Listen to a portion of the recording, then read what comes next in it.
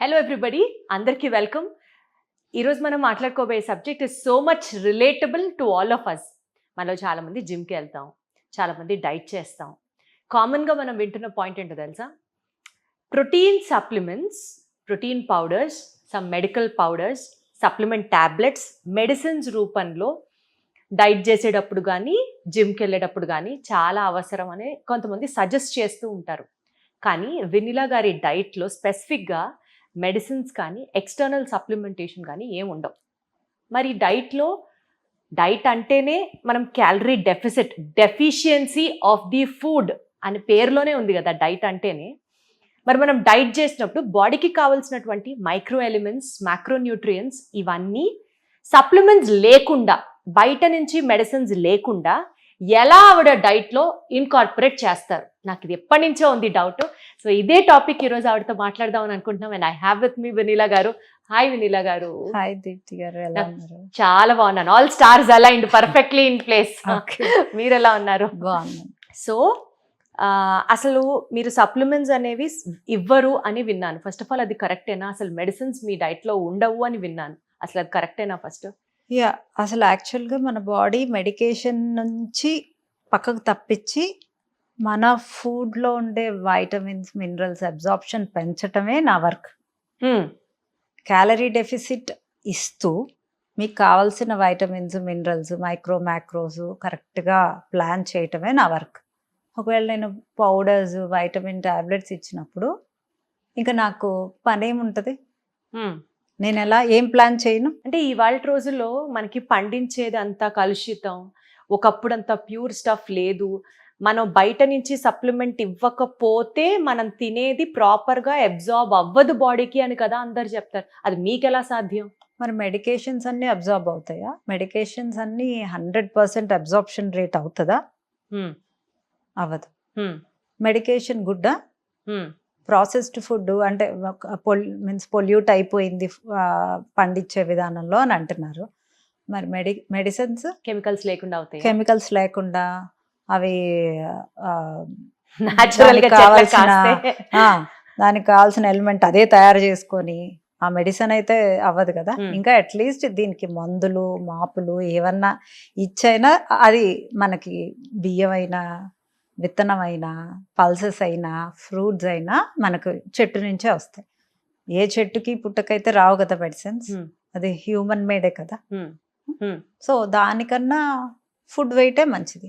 అంటే ఇంకొక థియరీ కూడా ఉంది. కొంతమంది న్యాచురల్గా తీసుకుంటే బాడీకి అది వంట పట్టి మన రెగ్యులర్ యాక్టివిటీస్ జరిగి అది ఒక ఎలిమెంట్ లాగా మన బాడీకి హెల్ప్ చేయడానికి. సే ఫర్ ఎగ్జాంపుల్ రఫ్గా చెప్తున్నా, ఇప్పుడు హెయిర్ లాస్ ఉంది అనుకుందాం. ఫర్ ఎగ్జాంపుల్ మనం బయోటిన్ సప్లిమెంట్స్ తీసుకుంటాం. బయోటిన్ సప్లిమెంట్స్ ఒక 2 నెలలో 3 నెలలో వాడితే మీ హెయిర్ ఫాల్ ఆగుతుంది అంటారు.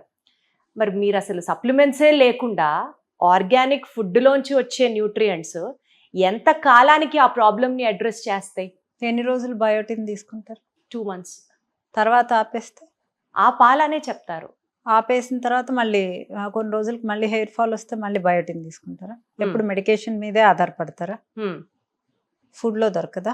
అంటే అది వెంటనే మన ప్రాబ్లమ్ని అడ్రస్ చేస్తుందా ఫుడ్ నుంచి వచ్చే న్యూట్రియంట్? ఎందుకు బయోటిన్ డైరెక్ట్ తీసుకోవటం వల్ల మనకి అడ్రస్ చేస్తుందని ఎక్కడన్నా ఉందా? రెండు మీ అబ్జార్ప్షన్ రేట్ని బట్టి, మీ గట్టుని బట్టే ఉంటుంది. రైట్. మీరు మెడిసిన్ తీసుకున్నా ఎంతవరకు అది మీ గట్టుని బట్టి ఎంత అబ్జార్ప్షన్ రేట్ ఉందో దాన్ని బట్టే. 0 ఉంటే 0నే. మెడిసిన్ తీసుకున్న 0 మెడికేషన్ 0 అబ్జార్ప్షన్ రేట్ ఉంటే అది అబ్జార్బ్ అవ్వదు. ఫుడ్ తీసుకున్న అబ్జార్ప్షన్ మనకు తెలుస్తుంది వెనిలా గారు, అది మన గట్ అబ్జార్ప్షన్ ఏంటి అని. అంటే మనకు గ్యాస్ట్రిక్ ఇష్యూ లేనప్పుడు, మనకు బ్లోటింగ్ లేనప్పుడు, స్టమక్ అప్సెట్ లేనప్పుడు మనకు అబ్జార్ప్షన్ రేట్ నీట్గా ఉన్నట్లే. ఓకే. అండ్ మీ హెయిర్ ఫాల్ తగ్గుతున్నప్పుడు కూడా అబ్జార్ప్షన్ రేట్ బాగున్నట్లే. హెయిర్ ఫాల్ ఎందుకు తగ్గిద్ది? డైట్లో యూజువల్గా కావాల్సిన వైటమిన్స్, మినరల్స్ తీసుకోకపోవటం వల్ల కొంచెం తగ్గిద్ది. Right protein, collagen rich foods, protein rich foods, కావాల్సిన B12, వైటమిన్ D. థైరాయిడ్ ఉన్న జుట్టు ఊడుతుంది. PCOD ఉన్న, హార్మోనల్ ఇష్యూస్ ఉన్న, స్ట్రెస్ ఉన్నా కూడా జుట్టు ఊడుతుంది. జుట్టు ఊడడానికి సో అనేక మెనీ కారణాలు ఉన్నాయి, కర్ణుడి చౌకోటి కారణాలు లాగా. ఇవన్నీ ఫుడ్ ద్వారా తీసుకుంటే నువ్వు వైటమిన్స్ మినరల్స్ తీసుకున్న తర్వాత మళ్ళీ నువ్వు ఫుడ్నే ఆధారంగా తీసుకోవాలి. ఎన్ని రోజులు ప్రోటీన్ పౌడర్లు తాగుతారు? జీవితాంతం అన్నం తినకుండా, మనం ఫుడ్ తినకుండా, ఏమీ తినకుండా టాబ్లెట్స్ అయితే మింగి ఉండే వాళ్ళని నేనైతే చూడలేదు. నాకైతే అలా అలా అన్నం తినకుండా ఓన్లీ సప్లిమెంట్స్ మీద ఉంటే అది నేను సపోర్ట్ చేయను. న్యాచురల్గా మనకి ఏం వస్తుంది, బాడీ అబ్జార్బ్ ఎలా అవుతుంది. ఇప్పుడు ఈ పొల్యూషన్తో మనం ఎలా అడ్జస్ట్ అయ్యామో మనం పండించే విధానాలను కూడా అడ్జస్ట్ అవ్వాల్సిందే. Right, We very can't- well said, correct. మనం దాన్ని కరెక్ట్ చేయలేం. కరెక్ట్ చేయాలని చూసినా మనం ఫెయిలే అవుతాం. సో మనకున్న వాటిల్లో మన హెల్త్ని, మన బండి ఎలా నడుస్తుంది, మనం ఎలా ప్రాపర్గా వేలో వెళ్తున్నాం అనేదే మనకి ఇంపార్టెంట్. సో మెడికేషన్ తీసుకుంటే అబ్జార్ప్షన్ రేట్ ఎక్కువ ఉంటుంది అంటానికి నేను అగ్రీ అవ్వను. ఎందుకంటే నా దగ్గర కొన్ని వేల మంది అబ్జార్ప్షన్ రేట్ పెంచి హెల్దీ డైట్లో చాలామంది నేను టెస్టిమోనియల్స్ కూడా ఇచ్చాను. హెయిర్ ఫాల్ కార్బ్స్ తక్కువ తిన్నా చాలామందికి అవుతుంది. ఇప్పుడు మనం సడన్గా ఫ్యాట్ లాస్లో కార్బ్స్ ఆపేస్తాం. ఆపేసినప్పుడు హెయిర్ ఫాల్ 100% కొంతమందికి అవుతుంది.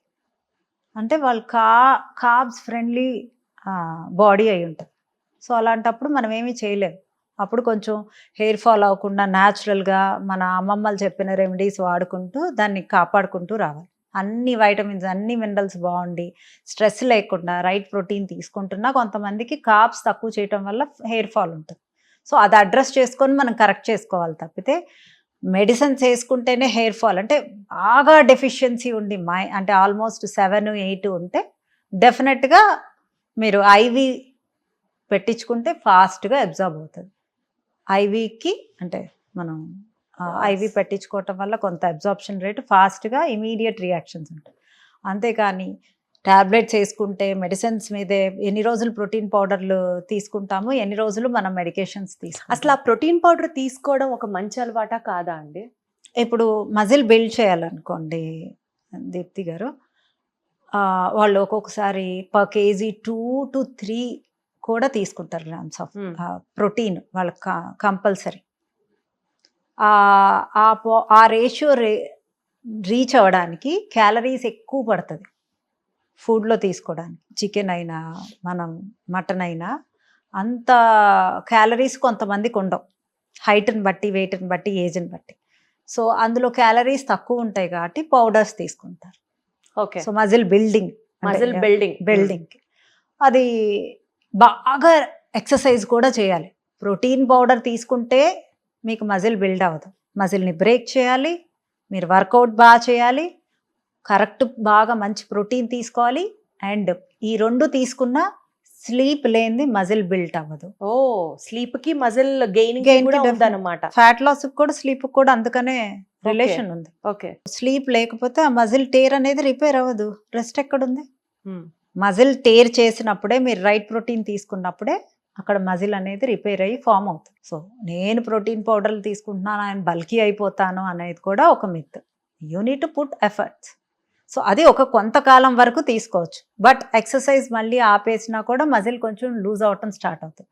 సో మేక్ ష్యూర్ ఎక్సర్సైజ్ చేస్తూ మీరు ఒక సర్టన్ పీరియడ్ వరకు ప్రోటీన్ పౌడర్లు వాడుకొని, బట్ వైటమిన్స్కి, మినరల్స్కి అట్లీస్ట్ ఫుడ్ తినమని నేను చెప్తాను. అంటే నా డైట్లో అయితే పౌడర్స్, మెడికేషన్స్ అయితే ఉండదు. ఓన్లీ విటమిన్ డి సప్లిమెంట్ తక్కువైతే ఇస్తాను. వెజిటేరియన్స్కి B12 తక్కువ ఉంటుంది కాబట్టి, వాళ్ళకి యానిమల్ సోర్స్ ఉండదు కాబట్టి, ఓన్లీ కర్డ్లో, మిల్క్లో, వీటిల్లో ఉంటుంది కాబట్టి, సో వాళ్ళని కొన్ని రోజులు సప్లిమెంట్స్ వాడమంటాను. B12 సప్లిమెంట్స్ వాడతాను. అది రీచ్ అవ్వగానే 250 కానీ 300 కానీ రీచ్ అవ్వగానే ఆపిచ్చేసి ఎర్లీ మార్నింగ్ బ్రష్ చేయకుండా ఇమీడియట్గా లేవంగానే ఒక గ్లాస్ ఆఫ్ వాటర్లో నిమ్మకాయ పిండుకొని త్రిఫలా పౌడర్ కలుపుకొని తాగితే మీ ఆ B12 లెవెల్స్ అనేది లో అవ్వవు. ఓకే, పెంచుకున్న దాన్ని లో అవ్వకుండా కర్డ్ తీసుకుంటూ ఇలా తీసుకుంటూ ఉంటే సరిపోతుంది. మళ్ళీ మెడికేషన్ మీద ఆధారపడకుండా. సో పరగడుపున త్రిఫలా పౌడర్ విత్ లెమన్ కనుక తీసుకుంటే B12 ఎన్హాన్స్ అవుతుంది బాడీలో, మెయింటైన్ అవుతుంది. అచ్చా, అప్పటికి ఆల్రెడీ పెరుగుండాలి. మీరు మెడిసిన్ 2 months వాడాక మెయింటెనెన్స్ కోసం ఇది చెప్తున్నారు. కానీ ఒక స్ట్రాంగ్ డౌట్ అండి, వెజిటేరియన్స్కి ప్రోటీన్ సోర్సెస్ కానీ, ప్రోటీన్ కానీ నాన్ వెజిటేరియన్స్కి వచ్చినంత ఈజీగా అయితే రావు అని అంటూ ఉంటారు. Though we have n number of sources. Say for example ఇప్పుడు మనం చెన్నా తింటే ప్రోటీన్ వస్తుంది అనుకుందాం, ఫర్ ఎగ్జాంపుల్. అనుకోవడం కాదు, చెన్నా తింటే ప్రోటీన్ వస్తుంది, ఫైబర్ కూడా వస్తుంది. ఫైబర్ కూడా వస్తుంది. ఇంత చెన్నా తింటే ఎంత ప్రోటీన్ వస్తుంది అన్న క్యాలిక్యులేట్ చేస్తే రోజు అంతంత చెన్నా తినడం is not possible. Or eggs అనుకుందాం, ఎవ్రీడే ఎగ్స్ మాత్రమే తీసుకుంటే వెజిటేరియన్స్కి కుదరచ్చు, కుదరకపోవచ్చు. ఇట్లా ప్రాస్ అండ్ కాన్స్ క్యాలిక్యులేట్ చేసుకుంటే మీ డైట్లో వెజిటేరియన్స్కి కూడా మీరేమీ ప్రోటీన్ సప్లిమెంట్ ఇవ్వరు. అసలు ఎలా హ్యాండిల్ చేస్తారు ఆ రేషియోని? తినే మెయిన్ కోర్స్లో కూడా మనం పల్సెస్ యాడ్ చేయొచ్చు. నానబెడితే అది ఎన్హాన్స్ ఎక్కువ అవుతుంది, ఉడకబెడితే ఇంకా ఎక్కువ అవుతుంది. అలా కాకుండా దాన్నే పౌడర్ చేసేస్తే మనం ఆ కప్పు మనం యూజ్ చేసినట్లే. దోశ రూపంలో రాజ్మాతో దోశ వేసుకోవచ్చు, చెన్నాతో దోశ వేసుకోవచ్చు, పెసలతో దోశ వేసుకోవచ్చు. అది ప్రోటీనే. కర్రీలో కూడా మనం ప్రోటీన్ వాడచ్చు. వాటర్, తాగే వాటర్లో కూడా మజ్జిగ, కొంచెం పెరుగు వేసి, గ్రీక్ యోగర్ట్ వేసి, అందులో సత్తు పౌడర్ వేసి మిక్స్ చేస్తే అన్నిట్లో ప్రోటీన్ ఉంటుంది. చక్కగా సాలెడ్లో కొంచెం అవకాడో కలిపితే అక్కడ ఫ్యాట్స్ ఉంటాయి. Complete meal 20 grams of protein వచ్చేలాగా ప్లాన్ చేసుకోవాలి మీల్కి. ఈవెన్ దో మెయింటెనెన్స్ అంటే హెల్దీ డైట్లో ఉండే వాళ్ళు కూడా చాలా మందిని చూస్తున్నాయి ఇప్పుడు. రైస్ ప్లస్ కొరలు వండుకుంటున్నారు. అసలు కొరలు రైసు ఎందుకు వండుకోవటం? రైసు ప్లస్ కందిపప్పు వండుకోండి, రైసు ప్లస్ బ్లాక్ చెన్నా వండుకోండి, రైసు ప్లస్ పెసరపప్పు వండుకోండి, రైసు ప్లస్ మెంతులు వండుకోండి, బ్లడ్ షుగర్స్ రేజ్ అవ్వకుండా. అది కూడా ఒక గుడ్ క్వాంటిటీ. అంటే when we are having animal source of protein, మనం రైస్ ప్లస్ మెంతులతో చేయొచ్చు, ఎన్హాన్స్ చేయొచ్చు. లేదా చక్కగా దాంట్లో పెసరపప్పు వేసుకొని, కందిపప్పు వేసుకొని, ఎర్రకందులు వేసుకొని, చక్కగా ఈ పొట్టు శనగలు ఉంటాయి కదా నల్లవి, అవి క్రష్ చేసుకోవాలి కొంచెం, చేసుకొని అదొక కప్పు ఇదొక కప్పు, చాలా టేస్టీగా ఉంటుంది. అది బాయిల్ చేసేసుకోవడం అన్నంతో పాటు. నేను 1 glass ఆఫ్ రైస్కి 1 glass ఆఫ్ పప్పు యాడ్ చేస్తాను. మీ వీడియోస్ లో చూస్తుంటాను. ఇన్స్టెడ్ ఆఫ్ పెసరపప్పు, ఈ నల్ల శనగలు ఉంటాయి కదా, దాన్ని క్రష్ చేయాలి. జస్ట్ చేసి అది ఒక కప్పు, ఇది ఒక కప్పు. రాజ్మాని కూడా క్రష్ చేయాలి. అంటే అంత పెద్ద పెద్దవి మనం తినేటప్పుడు డిస్టర్బ్ అవ్వచ్చు. క్రష్ చేసి అదొక కప్పు ఇదొక కప్పు అన్నంలో మిక్స్ చేసేసుకోవాలి. ప్రోటీన్ అయినా వైటమిన్స్ అయినా ఏవైనా అసలు సప్లిమెంట్ అవసరం లేదంటున్నారా? లేదా, మన ఫుడ్ లోంచే ఇవాళ పండించిన ఫుడ్ స్టైల్లో కూడా, ఇవాళ మన లైఫ్ స్టైల్లో కూడా ఇట్ ఇస్ పాసిబుల్ అండి. అది మనం వండుకునే విధానం, దాన్ని ప్లాన్ చేసుకునే స్మార్ట్నెస్ మీద ఉంటుంది. కొంతమందికి హెల్త్ ఇష్యూస్ ఉంటాయి కదండి, థైరాయిడ్ కానీ పీసీఓడి కానీ. వీళ్ళకి హార్మోనల్ డిస్టర్బెన్సెస్ బాడీలో ఉండడంతో పాటు ఆ హార్మోన్ రిలేటెడ్ గట్ డిజార్డర్స్ కూడా ఉంటాయి. వాళ్ళకేం సజెస్ట్ చేస్తారు? వాళ్ళకి కూడా ఫుడ్లోంచే కరెక్ట్ చేయొచ్చా? Thyroid is auto immune disease. So కొంతమందికి తగ్గచ్చు, కొంతమందికి తగ్గకపోవచ్చు. సో ఆటో ఇమ్యూన్ డిసీజ్ కూడా మనం ఇమ్యూన్ సిస్టమ్ని బూస్ట్ చేస్తుంటే కొంతవరకు మెరుగుపరచు. రివర్స్ కంప్లీట్గా అవుతుందా అనేది మన చేతుల్లో ఉండదు, depending on their genetics and so. So మనం హెల్దీగా తింటున్నామా అనేదే మనం కాన్సన్ట్రేట్ చేయగలం. నా దాంట్లో నేను అడ్రస్ చేసిన ప్రాబ్లమ్స్ ఆల్మోస్ట్ క్లియర్ అవుతాయి.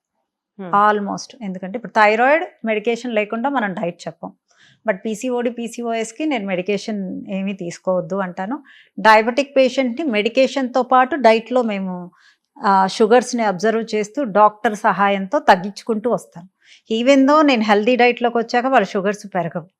నా దగ్గర క్లయింట్స్ అట్ ప్రజెంట్ నా మెయింటెనెన్స్ డైట్లో వెయిట్ తగ్గి వెయిట్ మెయింటైన్ అవుతూ షుగర్స్ డయాబెటిక్ నుంచి ప్రీ డయాబెటిక్ స్టేజ్కి వచ్చి క్లయింట్స్ నా దగ్గర లైవ్ ఉన్నారు.